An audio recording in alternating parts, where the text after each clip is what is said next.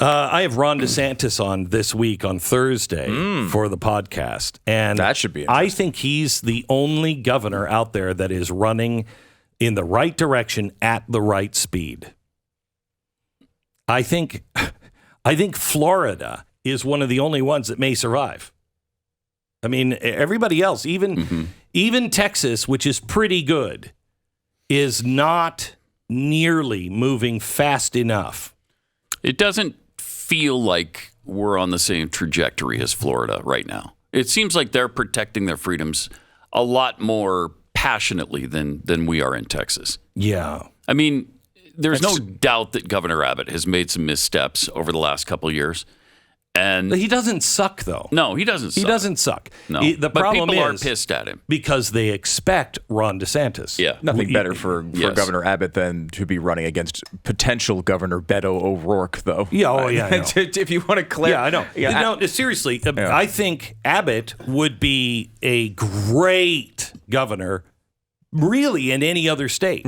But Texas is like, wait a minute, what, wait. We don't like to be outdone. Yeah, we don't like to be outdone. Right. And if he were in any other state, we would count him as one of the best governors in the country. And he is. But if you live in Texas, it doesn't feel that way. And Texans, you better wake up because you really do want to go out and vote. Otherwise, you get Beto.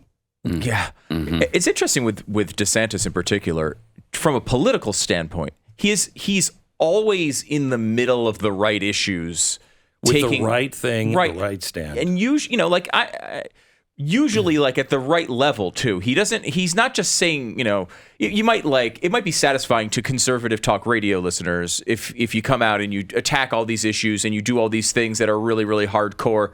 But he has a way of balancing, talking to his base by doing things that are, legal, that are sensible, that are going through the House and the Senate. He's passing laws. Yeah. He's not just doing it executive fiat. It's not just big symbolic gestures. I think it's been a pretty interesting approach. I remember when he kind of emerged as one of the top candidates as potential presidential nominee in 2024. It was early. It was early. It was, early pandemic. He was one of the first governors to sort of open things up and at least got a lot of attention for it. Even though other governors, Kristi Noem has pointed out, she never closed down, right? Right. But he's been able to maintain that and continue building on it, where a bunch of other governors from that era were sort of the darlings of conservatives for a while and faded. He's been able to stay right there. Right, because he continues. That's what I mean. He's on the right track at the right speed. He's taking all of it on. It's like I really appreciate the states that are taking on ESG, but many of them are taking on just the E. Well, that leaves the people of your state at risk. It's the S and the G as well that are problems. And DeSantis is doing these things. At the top of the hour, I'm going to tell you what he did. Vanity Fair just came out with a hysterical article about how authoritarian Rick DeSantis is.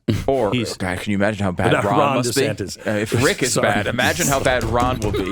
You will never get that name right. He'll never.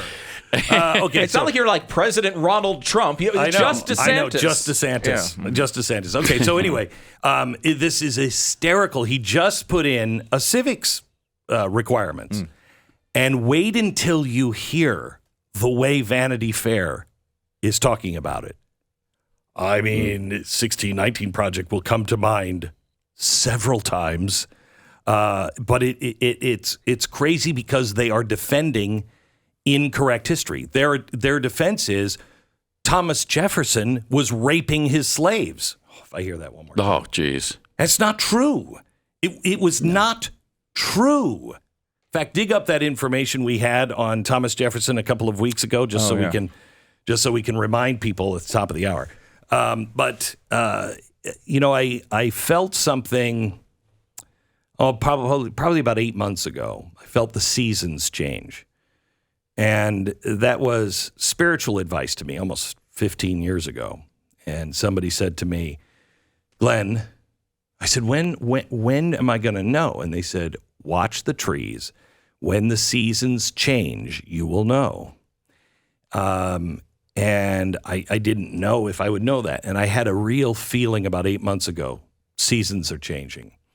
And we're in it deeper now and getting closer to real problems. This summer, within the last 8 or 9 weeks, I felt them change again. And I think, I could be wrong, but I think that is this climate bill. I think this is the beginning of an entirely new kind of America. And when it is all implemented, look out. The only other thing that I think they could do to make things, to really polish us off, is emergency orders. And if he goes for emergency orders and declares a national emergency with the weather, we're going to be cooked. But I was at CPAC and I saw some of the candidates that are coming up. And if we can get these candidates in, they're serious. They're serious candidates. I don't know about the ones around you, but the nation has a few people that are willing to go to Washington, lives, fortunes, and sacred honor, and save the republic and save the Constitution. What are you saving it from? People who are trying to destroy the Constitution. Read it.